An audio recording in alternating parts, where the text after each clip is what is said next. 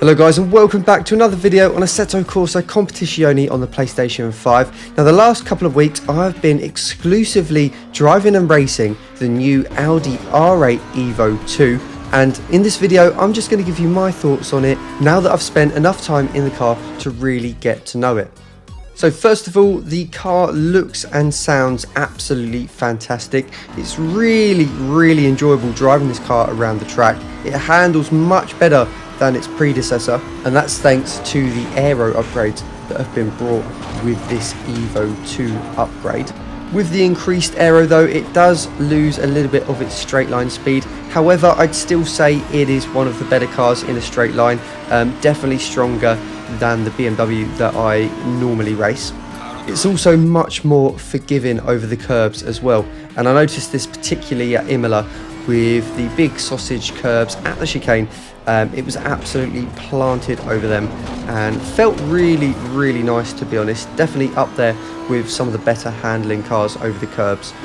The car also features an upgraded traction control system with now two TC options. So we've got the TC and the TC cut, and this just allows you to fine-tune the traction control to your own liking. Now in terms of the specific handling characteristics of the car, I think it really is going to excel at tracks that sort of medium speed and maybe have a few curbs that you need to navigate as well, because it is so planted over those curbs.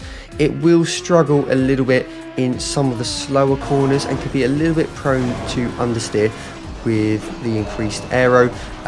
This is particularly noticeable if you get on the throttle a little bit early. It will tend to push understeer a little bit wide, and so far I haven't really found a way to completely get rid of this in the setup. Gearbox wise, you want to be shifting at about 8,000 RPM.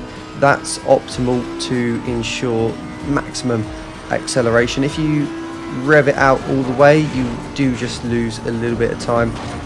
It just has a bit better torque by shifting at 8,000 RPM. Brake balance wise, I found the optimal range to be between about 57 and 60.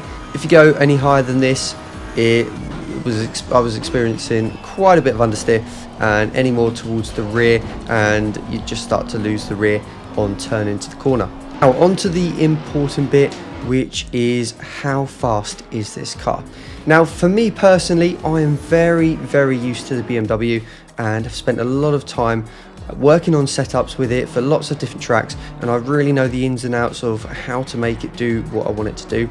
Jumping in the Audi, I've definitely lost a little bit of pace. I'm still just trying to get used to what I need to do to the setup to make it work for me, but at the moment I would say I'm definitely a few tenths off at the top end, and to be honest, to get a qualifying lap I really have to push the limits of the car, where in the BMW I could be much more relaxed and still get a good lap time out of it. And this also means that I can be consistently faster in the BMW. In the Audi I can really push it for one good lap, and then when it comes to race pace I'm just a little bit down overall because I can't push the car, take as many risks in a race, because I just end up making mistakes. Tyre wear wise, the Audi is definitely much better than the previous version of itself. I would say it's probably somewhere in the middle in terms of tyre wear. It's definitely not as good on the tyres as something like the BMW again, or the Bentley for example.